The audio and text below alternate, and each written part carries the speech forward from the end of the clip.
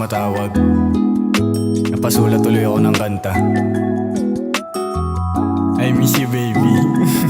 Ang ina mo naman, pre, namimiss mo na naman siya. Tangina ko nga eh.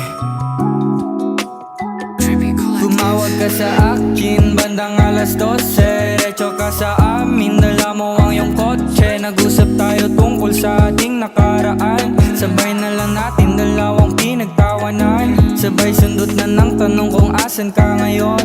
Sagot ko ay sa bahay, alam mo yung lokasyon. Biglang punta kahit wala naman ang okasyon. Talbog bigla ng puso, baby, alam mo na yon.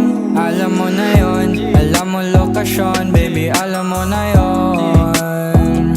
Baby, alam mo na yon. Alam mo na yon. Bigla na lang nagkita sa dating tagpuan, kung saan tayo lang dalawang nakakaalam.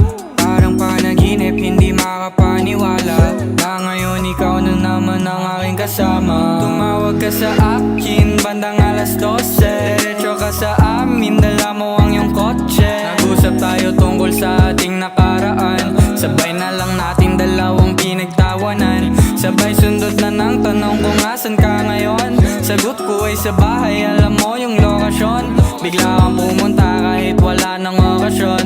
Talbog bigla ng puso, baby, alam mo na yon.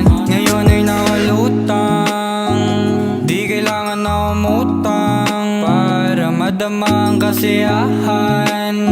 Ikaw sagot sa katanungan, di alam kung paano sisimulan. Yung mga araw na nabitin na lang, paano natin babawiin mga oras na hindi kita kapiling. Tumawag ka sa akin, bandang alas 12. Diretso ka sa amin, dala mo ang iyong kotse. Nag-usap tayo tungkol sa ating nakaraan.